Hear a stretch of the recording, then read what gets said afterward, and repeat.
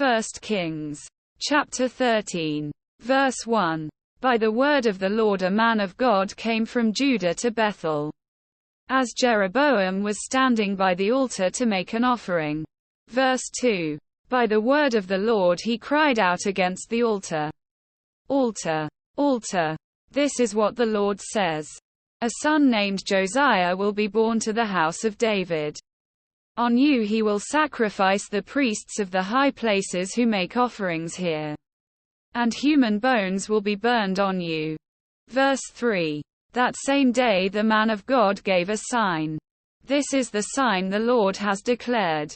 The altar will be split apart and the ashes on it will be poured out.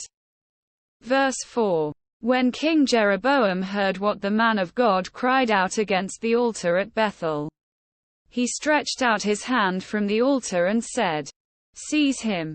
But the hand he stretched out toward the man shriveled up, so that he could not pull it back. Verse 5.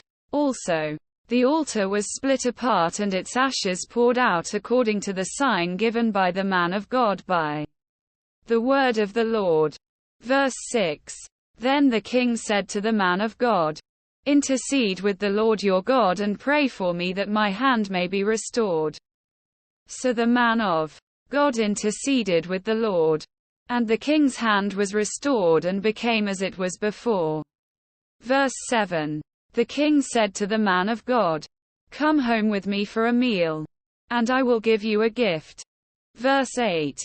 But the man of God answered the king, "Even if you were to give me half your possessions, I would not go with you, nor would I eat bread or drink water here." Verse 9. For I was commanded by the word of the Lord, "You must not eat bread or drink water or return by the way you came." Quote. Verse 10. So he took another road and did not return by the way he had come to Bethel. Verse 11. Now there was a certain old prophet living in Bethel, whose sons came and told him all that the man of God had done there that day. They also told their father what he had said to the king. Verse 12. Their father asked them, "Which way did he go?" And his sons showed him which road the man of God from Judah had taken. Verse 13. So he said to his sons, "Saddle the donkey for me." And when they had saddled the donkey for him, he mounted it. Verse 14. And rode after the man of God. He found him sitting under an oak tree and asked, "Are you the man of God who came from Judah?" "I am," he replied.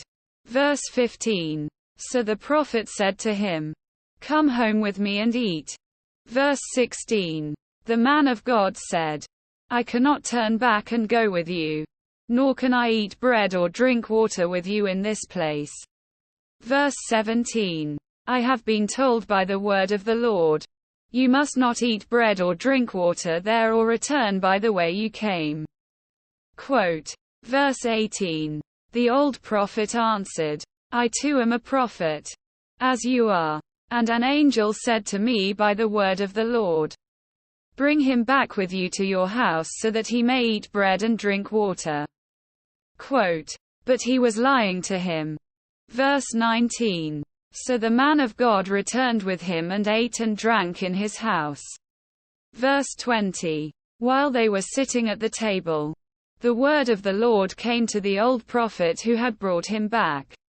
Verse 21. He cried out to the man of God who had come from Judah. "This is what the Lord says. You have defied the word of the Lord and have not kept the command the Lord your God gave you." Verse 22. You came back and ate bread and drank water in the place where he told you not to eat or drink. Therefore your body will not be buried in the tomb of your ancestors. Quote. Verse 23. When the man of God had finished eating and drinking, the prophet who had brought him back saddled his donkey for him.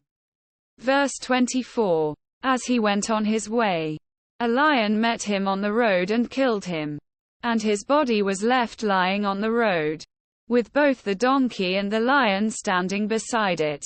Verse 25. Some people who passed by saw the body lying there, with the lion standing beside the body. And they went and reported it in the city where the old prophet lived. Verse 26. When the prophet who had brought him back from his journey heard of it, he said, "It is the man of God who defied the word of the Lord. The Lord has given him over to the lion, which has mauled him and killed him, as the word of the Lord had warned him." Verse 27. The prophet said to his sons, "Saddle the donkey for me," and they did so. Verse 28. Then he went out and found the body lying on the road, with the donkey and the lion standing beside it. The lion had neither eaten the body nor mauled the donkey. Verse 29. So the prophet picked up the body of the man of God, laid it on the donkey, and brought it back to his own city to mourn for him and bury him. Verse 30. Then he laid the body in his own tomb. And they mourned over him and said, "Alas, my brother." Quote. Verse 31. After burying him, he said to his sons, "When I die, bury me in the grave where the man of God is buried. Lay my bones beside his bones." Verse 32.